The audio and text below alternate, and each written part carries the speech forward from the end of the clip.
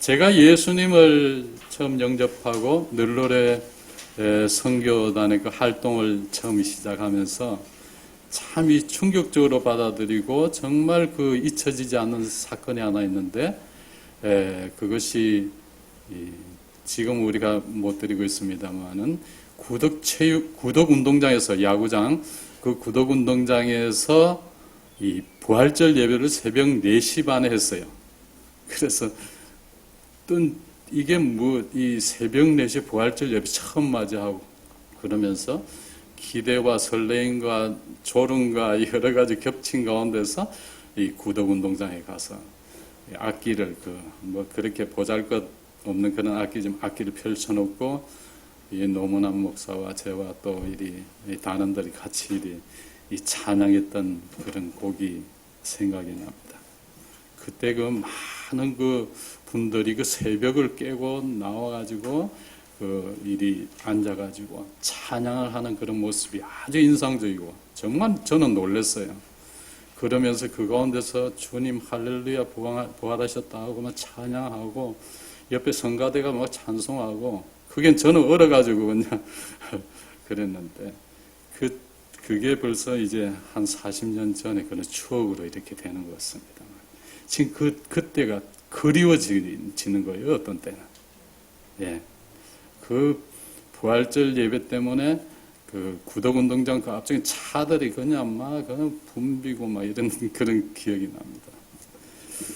빨리 그런 날이 왔으면 하는 그런 저 나름대로 그런 기대와 기도를 하고 있습니다.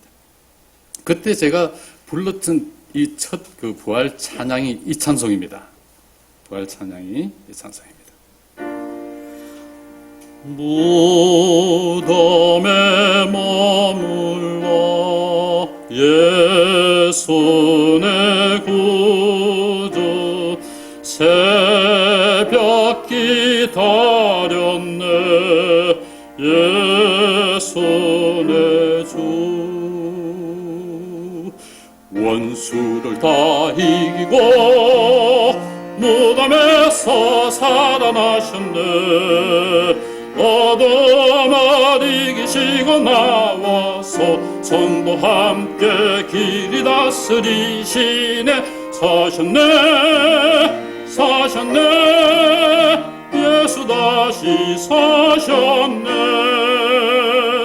헛되이 지키네 예수 내 구주 헛되이 뽕하네 예수 내 주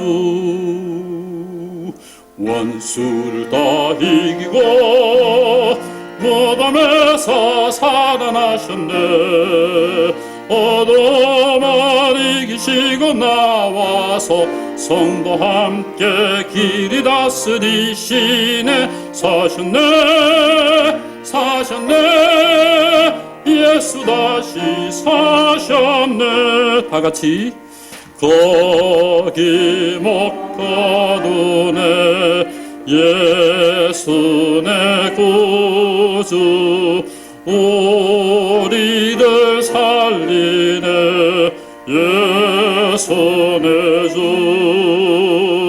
원수를 다 이기고 무덤에서 살아나셨네 어둠을 이기시고 나와서 성도 함께 길 다스리시네 사셨네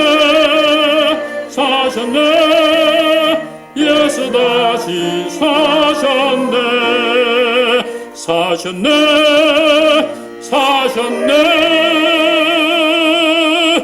예수 다시 사셨네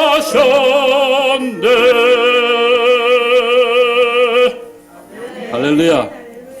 제가 그 구덕운동장에서 불렀던 그 버전을 그대로 제가 한번 한 것입니다. 할렐루야. 그때 많은 분들이 아멘 아멘 하면서 찬양하는 또 함께 찬양하는 그런 기억이 새롭습니다. 주님은 부활하셨습니다. 안식 후 첫날 새벽에 이 막달라 마리아가 일찍 일어나서 새벽에 일찍 제일 먼저 일어나서 무덤갈로 이렇게 달려갔습니다. 여인이 말이죠. 무서움을 무릅쓰고, 왜? 사랑하는 주님을 더 보고 싶어서. 그녀는 돌이 무덤에서 옮겨진 것을 보고 얼른, 이 옮겨진 것을 보고는 얼른 그 안타까움 속에서 베드로와 다른 그 제자에게 달려가서 사람들이 주님을 어디다가 두었는지 알지 못하겠다 하고 그 제자들에게 이야기를 했습니다. 그랬더니만 이 두 제자가 달려서 무덤으로 갔습니다. 무덤에 가보니까 무덤은 비어 있었습니다. 오늘 그 요한복음 20장 9절 말씀에 보면 이렇게 말씀이 되어 있습니다. 이 두 제자들이 예수님이 죽은 자 가운데서 다시 살아나야 하리라 하신 말씀을 아직 알지 못하더라 라고 했습니다. 그래서 이 제자 둘은 빈 무덤만 확인하고 곧바로 자기들 집으로 돌아갔다라고 성경은 말씀하고 있습니다. 그러나 막달라 마리아는 주님을 너무나 사랑하고 사모하는 가운데 있으니 그녀는 그 자리에 주저앉았습니다.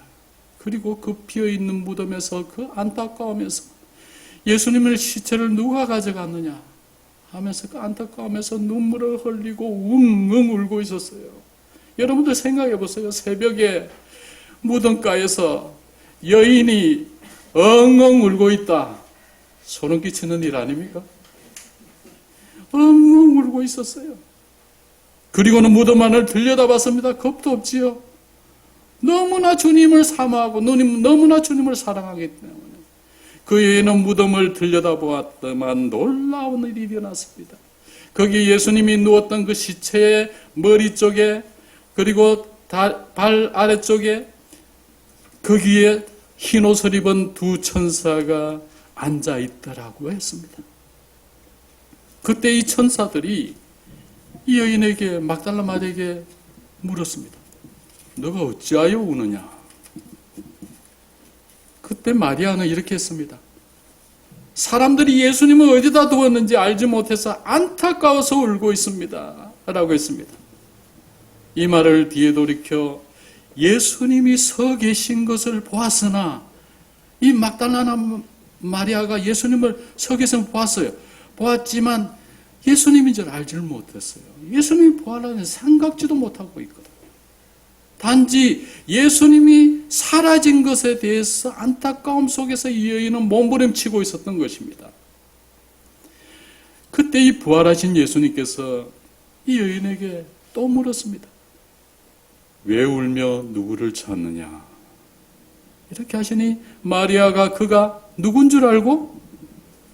동산직인 줄 알고, 동산직이 그 무덤가의 동산을 관리하는 직인 줄 알고, 주여 당신이 예수님의 시신을 옮겨 갔다면 그곳이 어딘지 좀 알려주세요. 너무나 안타깝습니다. 그렇게 했습니다. 그러자 이 부활하신 예수님은 그때야 마리아야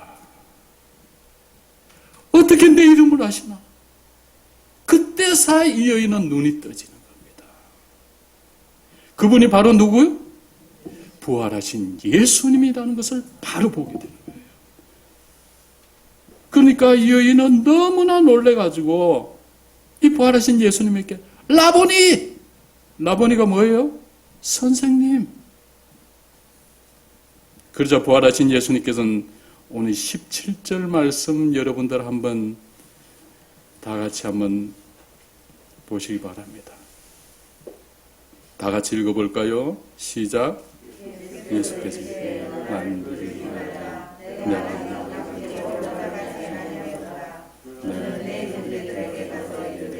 내가 내 아버지 곧 너희 아버지 내 하나님 곧 너희 하나님께로 올라가.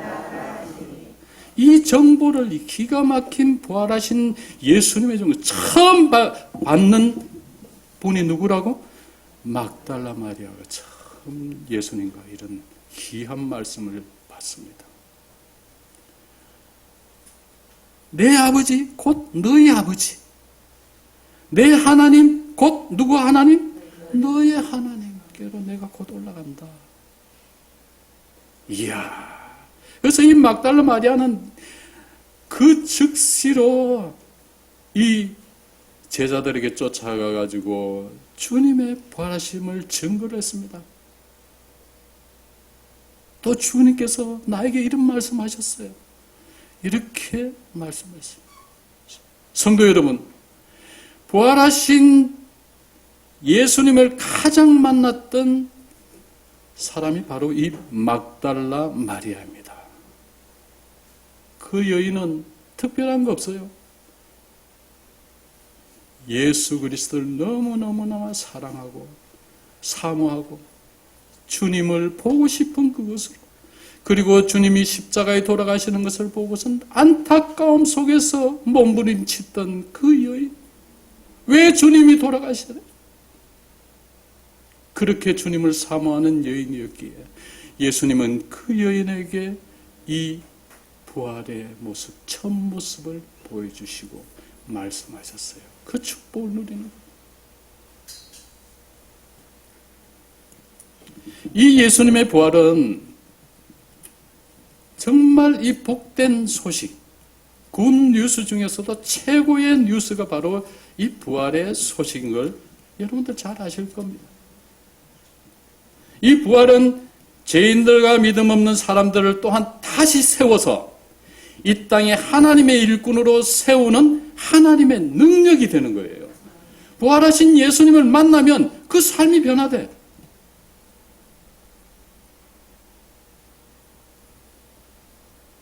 이 부활하신 예수님을 만난 사람들은 지금까지 살던 삶을 돌이켜서 하늘나라를 위하여 영생복락을 위해서 영혼 구원을 위하여 사는 것이 특징입니다. 예수님을 믿고 그 가운데서 살아계신 부활하신 예수님을 나의 구주로 영접하고 믿음으로 부활의 신앙을 가지는 삶은 다른 겁니다. 그 삶이 달라져요. 그 예수님의 영혼 복음을 위해서 자기의 몸과 모든 것을 헌신하고 주님을 쫓아가는, 죽기까지 각오하면서.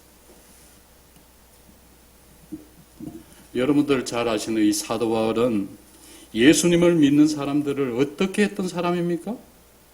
잡아 죽이러 다녔던 사람이에요. 근데 그가 이 다메섹 도상에서 누구를 만났습니까? 부활하신 예수님을 만났어요. 부활하신 예수님. 이 부활하신 예수님 만난 후로 그가 어떻게 됐습니까? 완전히 변했습니다. 그리고는 오직 이 부활하신 예수 그리스도를 위해서 살게 되고 주님만을 확실히 증거하고 죽기까지 복음만을 증거하는 이방인의 사도가 되는 그런 놀라운 역사를 이룹니다.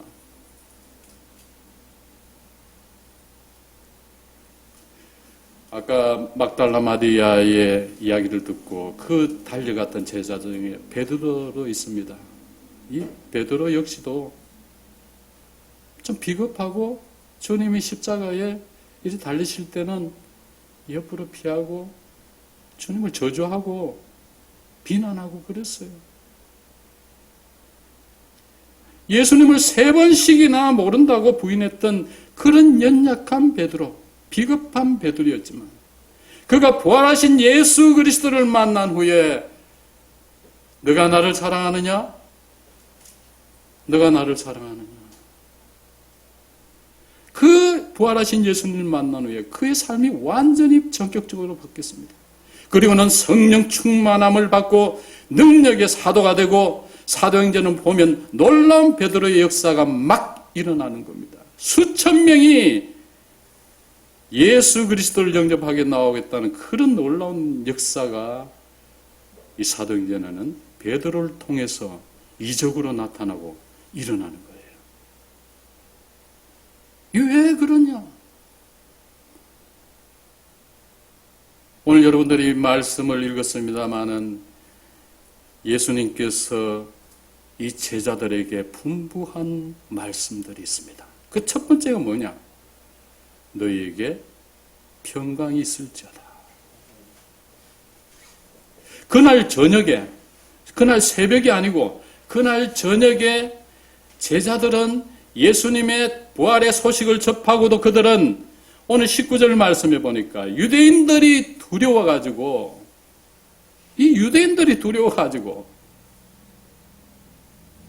그들이 모인 그곳에 문을 어떻게 했다고요? 꽉 닫았다고 했습니다. 꽉 닫았다. 이만 누구든지 못 들어 문들은 문이라 닫았다고 했습니다. 이 부활 신앙이 없는 자들의 특징이 뭐냐 하면은 두려움입니다. 두렵거든요. 그러니까 문을 닫아. 이 두려우니까 마음 문도 닫아. 나만 믿겠다. 내 아니면 아무도 못 믿겠다는 거. 두렵다는 겁니다. 그러니까 그 행동들이 제자들이 문은 전부 다 닫고 누가 두려워서 그것도 대제사장들과 군병들과 이런 게 아니고 유대인들이 두려워가지고. 첫째로 죄에 대해서 두려움입니다. 예수님께서 잡히신 날 제자들은 뿔뿔이 흩어져서 어디로 갔습니까? 도망갔어요. 수제자 베드로조차도 예수님을 모른다고 부인했지 않습니까? 그토록 주님을 사랑하면서도 따르던 이 제자들이 예수님의 십자가의 죽음 앞에서는 비겁하고 부끄러운 그들의 모습이 막 드러났어요. 그러니까 사람은 어렵고 힘들 때 보면 알 수 있다고 그러지 않습니까? 그 본성이 드러난. 왜 그러냐? 죄 때문에 그렇습니다.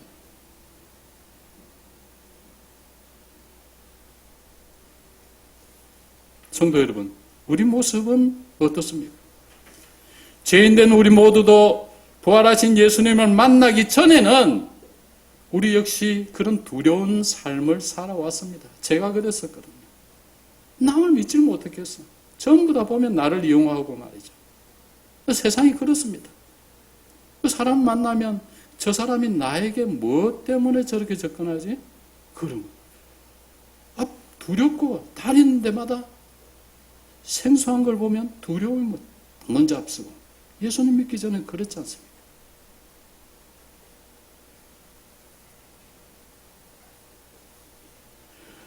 아담과 하와가 죄를 범한 후에 어떻게 했다고 했습니까? 두려워서 숨었다고 그랬잖아요. 죄의 사건 사망이기 때문에 죽음에 대한 공포가 불신자들에게는 늘 있는 것입니다. 내가 언제 죽을까? 저러다가 죽지 않을까? 그런 걱정. 저 차가 갑자기 달려와서 나를 칠 거 아니에요? 그런 것 때문에 겁이 나서 비행기 타지 못하는 사람들도 있고요. 차도 제대로 안 타려고 하는 사람들도 있고. 두려워하는 사람 많습니다. 이런 게 불신자들의 그런 그 삶에서는 늘 있는 것이 이런 불안과 두려움과 공포입니다. 산에 가면 산에 혼자 가지 못해. 밤에는 더군다나 못 갑니다. 여러분도 밤에 산에 가라 하면 가시겠어요? 여러분도 아마 다 가실 겁니다만. 안 갑니다. 마치 뒤에서 누가 이렇게 잡아당기는 걸 걷기만 하고요. 앞에서 누가 덤벼드는 거 같고요. 그게 혼자 있을 때 불안합니다. 지금 현재가 그래요. 예수 믿지 않는 사람들, 이 사람들은 전부 불안하고 그런 불안한 공포 속에서 사는 겁니다. 그러나 우리의 죄값을 십자가에 대속해 주신 이 부활하신 예수 그리스도를 믿는 믿음은 이러한 두려움에서 해방되는 줄 믿습니다. 해방되는 거예요. 그렇기 때문에 여러분, 예수님께서 이 저녁에 닫힌 문을 문을 열고 들어오지도 않으셨어요. 그냥 들어요. 왜? 예수님 부활의 몸이시니까. 시공간 이런 몸 초월하십니다. 여러분도 기가 막힌 몸 아닙니까? 그런 몸을 우리도 가진다는 거, 앞으로. 이 부활하신 예수님께서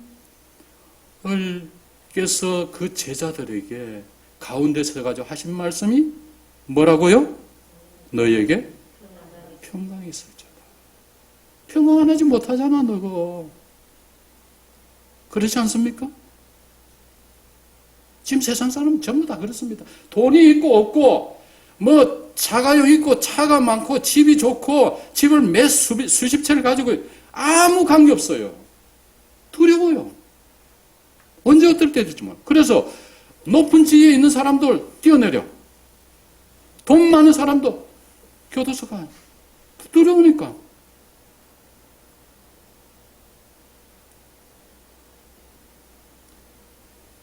그들에게 가장 중요한 거, 가장 첫 번째는 평강이 있어야 돼요. 저와 여러분들도 우린 비록 가진 거 없고 내놓을 거 없고 내세울 거 없지만 우리 안에 주님이 주시는 뭐가 있습니까? 할렐루야. 평강. 평강을 저와 여러분들 가지고 있다는 거, 이거 감사해야 됩니다. 할렐루야. 하나님 감사합니다. 따라 하십시다. 하나님 감사합니다. 감사합니다. 여러분들이 어딜 가도 부활하신 예수님과 함께 하시니까 뭐가 있어요? 평강이 있는 겁니다. 이 평안은요, 세상이 주는 평안은 달라요. 제일 먼저 예수님께서 이 불안에 떨고 비겁한 짓 하고 죄에 억눌려서 두려워하고 문을 꼭꼭 닫아 걷고 마음의 문도 닫고 있던 이 제자들에게 주님은 평안함을 주셨어요. 할렐루야. 이 평안은 이걸 여러분들과 저에게도 주신 거예요. 여러분들이, 저와 여러분들이 부활하신 예수님을 모르면 평안이 없습니다.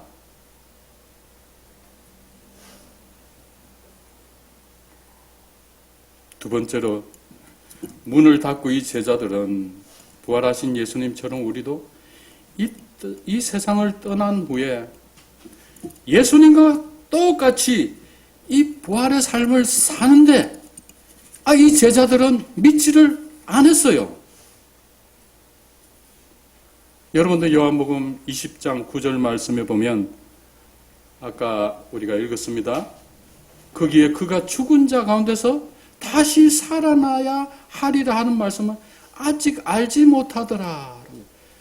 예수님을 따라다니고 예수님을 3년 동안 이렇게 따라다닌 제자들이 예수님께서 부활하실 것에 대해서도 말씀을 하시고 모든 말씀을 이래 하시고 내가 십자가에서 죽은 후에 3일 만에 부활하리라. 그렇게 했음에도 불구하고 이들은 안 믿었어요. 그들은 세상에서, 그 시대에서 뭔가를 가지고 뭔가를 누리고 뭔가를 하려고 했던 그런 생각들이 그를 꽉 차 있었기 때문에 그렇습니다. 저와 여러분들도 이 세상 살면서 여기서 뭔가 하려고 하고 뭔가 가지려고 하고 뭔가 누리려고 한다는 것은 빨리 버리는 게 좋습니다.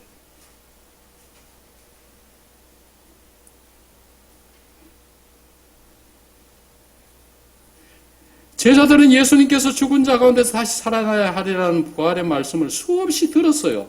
하지만 아직 알지 못하더라라는 것이었습니다. 성도 여러분, 오늘날에도 놀랍게도 수많은 그리스도인들이 이 땅에 있습니다. 하지만 많은 사람들이 부활을 믿지 못하고 오히려 부정하는 사람들이 자칭 그리스도인이라고 하는 사람들 중에 있다는 것입니다. 이건 불신앙입니다. 부활신앙을 믿지 못하고 부활의 산 소망으로 살지 못한다면 그는 진정한 그리스도인이라고 볼 수가 없는 것입니다. 어쩌면 먼 훗날 우리가 하늘나라에 가서 그 사람을 보지 못할지도 모릅니다. 부활신앙이 없으면요, 어떻게 그걸 천국에서 볼 수가 있습니까? 저와 여러분들은 이 부활 신앙에 흔들리지 않는 굳건한 믿음의 사람들이 다 되시기를 바랍니다. 할렐루야. 할렐루야. 이러한 부활 신앙이 없는 사람들은 늘 두려움을 피할 수 없는 것이죠. 오늘 여러분들 이 요한복음 20장 19절 말씀 우리가 다 같이 다시 한 번 더 읽겠습니다. 19절 말씀 시작. 이날 곧 안식 후 첫날 저녁 때 제자들이 유대인들을 두려워하여 모인 곳에 문을 닫았더니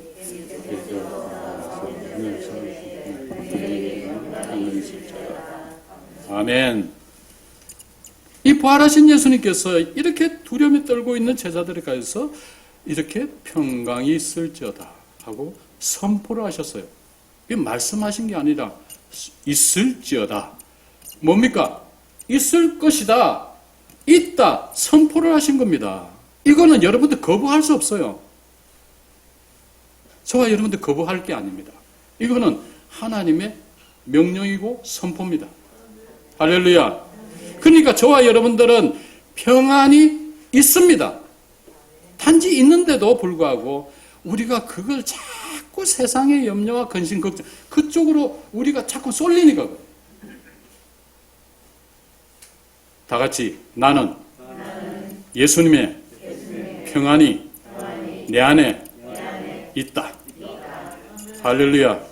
여러분들 어디 가나 무엇을 하나 주님 감사합니다. 이 평안을. 어렵고 힘든 일을 만나고 어려운 일을 닥칠 때마다 주여 이 평안이 웬 평안입니까? 그렇기 때문에 바울과 신라가 그 옥중에서 내일 죽을지 내일 나가서 참수당할지 알 수가 없는 상황에서 뭘 했습니까? 찬송했잖아요. 찬송은 여러분들 기쁨에도 나오지만 어렵고 힘들 때 그 평안 속에서도 나옵니다. 할렐루야. 어렵고 힘들 때 그 평안 속에서 나와요.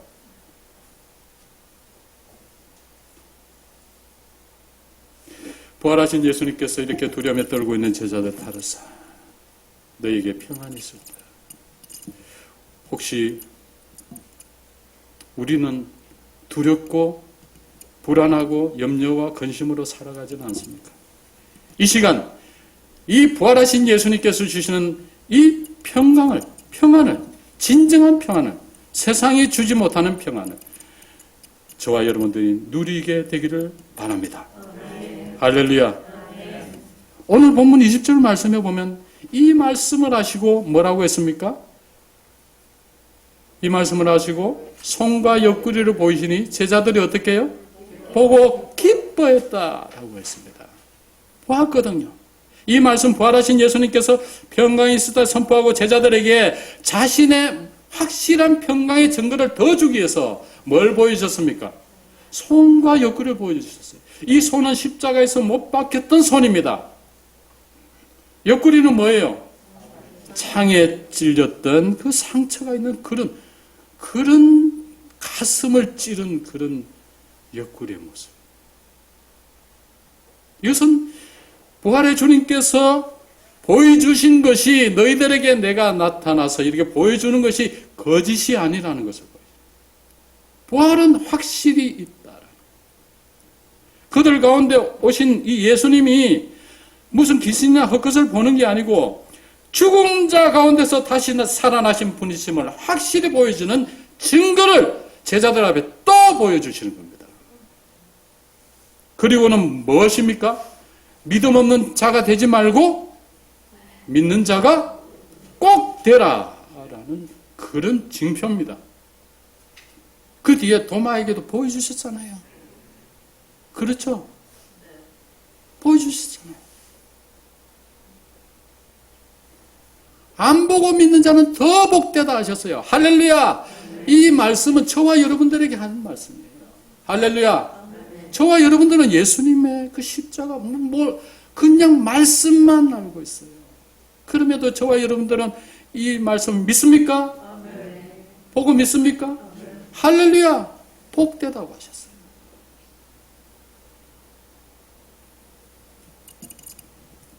이에 본 제자들은 기뻐하더라고 했습니다. 이때야 제자들은 비로소 어떻게 했습니까? 안심을 했어요. 기쁨이 막 넘치는 겁니다.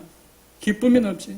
그들의 슬픔이 변하고 기쁨이 되고 소망을 갖게 됩니다.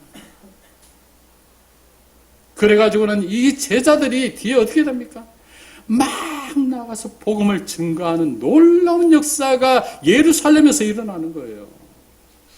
그들이 어떻게 해요? 죽기까지 하면서도 왜? 부활하신 주님을 보고 난 후에 죽음이 두렵지 않은 거예요. 두 번째로 복음 전파의 사명을 예수님은 주셨습니다. 여러분들 본문 21절 말씀을 다 같이 한번 읽겠습니다. 시작. 예수께서 또 이르시되 너희에게 평강이 있을지어다. 아버지께서 나를 보내신 것 같이 나도 너희를 보내노라 라고 하죠. 아버지께서 보내신 것 같이 뭐라고요? 나도 너희를 보내라. 부활하신 예수님께서 제자들에게 두 번째 명령을 하셨어요. 예수님께서 이 땅에 성육신하셔서 하늘나라의 복음을 전했습니다. 기적을 이루시고 마침내 죄에 빠진 이 사망길로 가는 모든 세상 사람들의 죄를 대신해서 십자가에 죽으시고 3일 만에 부활하신 이 모든 과정에서 하나님의 뜻을 이루신 예수 그리스도의 모습을 우리는 보고 있습니다. 그런데 이제는 이 예수님께서 제자들에게 아버지께서 나를 보내신 것 같이 나도 너희를 어떻게 하겠다? 보내겠다는 겁니다. 저와 여러분들을 보내겠다고 하십니다. 부활하신 예수님 만난 제자들은 예루살렘과 사마리아와 소아시아와 또한 로마에 이르기까지 부활의 이 복음을 예수님은 살아계셨다, 살아계신다 하는 이 복음을 죽기를 각오하고 담대하게 전파하기 시작했습니다. 그래서 마침내 로마가 어떻게 됐습니까? 기독 국가가 되고 그 후에 전 유럽이 예수 그리스도를 믿는 믿음으로 사는 그런 기독 국가가 되고 후에 청교도들이 미국으로 건너가서 또한 미국이 기독 국가인데 지금 요즘 참 문제가 많습니다만 그래서 마침내 우리나라까지 이르고 지금 이 자리 믿음창교회까지 온 겁니다. 할렐루야. 그리고는 우리나라에서 지금 어떻게 해요? 수천 수만 명을 외국으로 선교사를 파송하는 복음의 나라. 이 나라가 기독 국가입니다. 대한민국 기독 국가예요. 그걸 바탕으로 해서 이 나라가 선거입니다. 성도 여러분, 저와 여러분들도 이 땅에 와서 우리가 한 100년도 되지 못하는 인생을 우리가 살게 됩니다. 하지만 하나님께서 우리를 택하시고 자녀 삼으시고 이렇게 성도로 세우신 것은 바로 이러한 복음 전파의 사명과 목적이 있다는 것을 우리가 잊어서는 안 되는 것입니다. 저와 여러분들은 바로 하늘나라의 복음을 전하는 하늘나라의 대사라는 이 명분과 사명을 잊어서는 안 됩니다. 따라 하시겠습니다. 나는 하늘나라의 대사다. 여러분들 하늘 대사는 VIP입니다. VIP. 어느 나라 가도 막 그냥 무사통, 그냥 아무 받지도 않아요. 법적인 그런 조치도 받지 않습니다. 우리는 하늘나라의 대사의 사명을 살고 있다는 거 잊지 마시기 바랍니다. 그래서 이웃과 민족과 나라와 전 세계 복음을 땅끝까지 전하는 이 사명이 저와 여러분들에게는 있는 것입니다. 마지막으로 예수님께서는 성령을 받으라라고 했습니다. 이러한 하늘나라의 복음 전파의 사명은 내 힘과 내 노력과 내 의지와 내 지혜로서 내 재산으로서 내가 가진 위치로서 이렇게 감당할 수 없는 것이 이 일입니다. 그래서 여러분들 22절 말씀 다 같이 다시 한번 더 읽겠습니다. 22절 시작. 이 말씀을 하시고 그들을 향하여 숨을 내쉬며 이르시되 할렐루야. 뭘 받으라? 성령을 받으라. 예수님께서 요한복음 16장 7절 말씀에 보면 보혜사 성령님을 보내시리라 라고 했습니다. 그리고 이 성령님은 죄에 대해서 의에 대하여 심판에 대하여 세상을 책망하리라 라고 하셨어요. 또한 요한복음 16장 13절 말씀에 보면 진리의 성령이 오시면 그가 너희를 모든 진리 가운데서 인도하시리니 그가 스스로 말하지 않고 오직 들은 것을 말하며 장래일을 너희에게 알리시리라 라고 하셨습니다. 하나님께서 우리에게 주시는 최고의 은혜의 선물은 바로 이 성령님입니다. 저와 여러분들이 세상을 살 수 있는 것 중에 가장 강력한 저를 장악하는 무기가 뭐냐? 성령님이 내재하신다는 거예요. 여러분들 건들 수가 없습니다. 여러분들 어디 가나 무슨 일을 하나 어떤 일을 당해도 흔들리지 않는 이유 중에 하나가 내 안에 내재하시는 누가 계신다? 성령님이 함께 계셔서 이거 잊어버리면 안 되는 거예요. 저와 여러분들 예수 그리스도를 믿음과 동시에 성령님이 내재하시는 거예요. 이거 여러분 믿으시기 바랍니다. 근데 나는 자꾸 연약해지고, 내가 뭐 이래가지고 주님을 전해, 내가 이런 생각 하지 마시기 바랍니다. 이건 나이하고 관계없어요.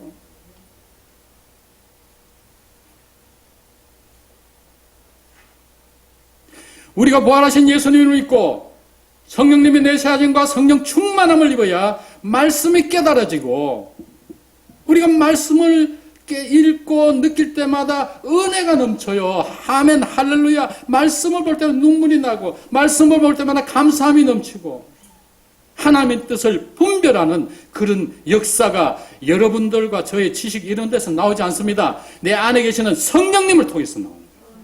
성령님께서 나에게 보여주시는 겁니다. 저와 여러분들 보여주세요. 그래서 이 제자들이 여러분들 신기하지 않습니까? 그전에는 예수님의 십자가에 그 죽어가는 모습 보고 도망가고 부끄러워했던, 그리고 비겁했던 그들이 순교를 가고면서도 예루살렘에서 죽기를 가고면서 복음을 증거하는 그들. 예수님의 제자 복음 사명을 감당할 수 있는 것이 무엇이냐? 바로 성령님의 내재하십니다. 성령님께서 함께 하시는. 이 복음 전파의 사명을 가지고 세상에 나가서 우리가 무엇을 하느냐? 여러분들 23절을 한번 다 같이 한번 읽겠습니다. 23절 시작. 너희가 누구의 죄든 사해질 것이요 누구의 죄든지 그대로 두면 그대로 있으리라 하십니다. 저와 여러분들이 평안과 성령 충만함으로 세상에 나가서 무엇을 해라는 겁니까? 용서를 해라는 것입니다. 용서를 해라. 만나는 사람마다 나에게 해코지하고 나에게 정말 힘들게 하고 이런 사람 용서해라는 겁니다. 그런데 용서가 됩니까? 용서가 안 돼요. 진짜 용서 안 됩니다. 저도 그래요. 어떤 때는 막 욕이 나오고 막 이러고 싶을 때도 있는데 왜 용서가 안 되는지 모르겠어요. 근데 그게 잘못이라는 거예요. 성령님께서 함께 하시면 용서를 하게 되어 있어요. 왜? 예수님께서 십자가에 돌아가시면서 자기에게 창으로 찌르고 가시멜류관 실고 침 뱉고 욕하고 못을 박는 그들을 향해서 뭐라고 하셨습니까? 아버지여, 저들을 용서하옵소서. 저들은 저들이 하는데 알지 못하나이다. 용서의 기도를. 저와 여러분들이 부활하신 예수님의 제자로서의 삶을 산다 하면 이 용서의 화살을 늘 들고 다녀야 돼요. 그래서 보는 사람들마다, 힘드는 사람마다, 만나는 사람마다 그들을 먼저 용서해라는 겁니다.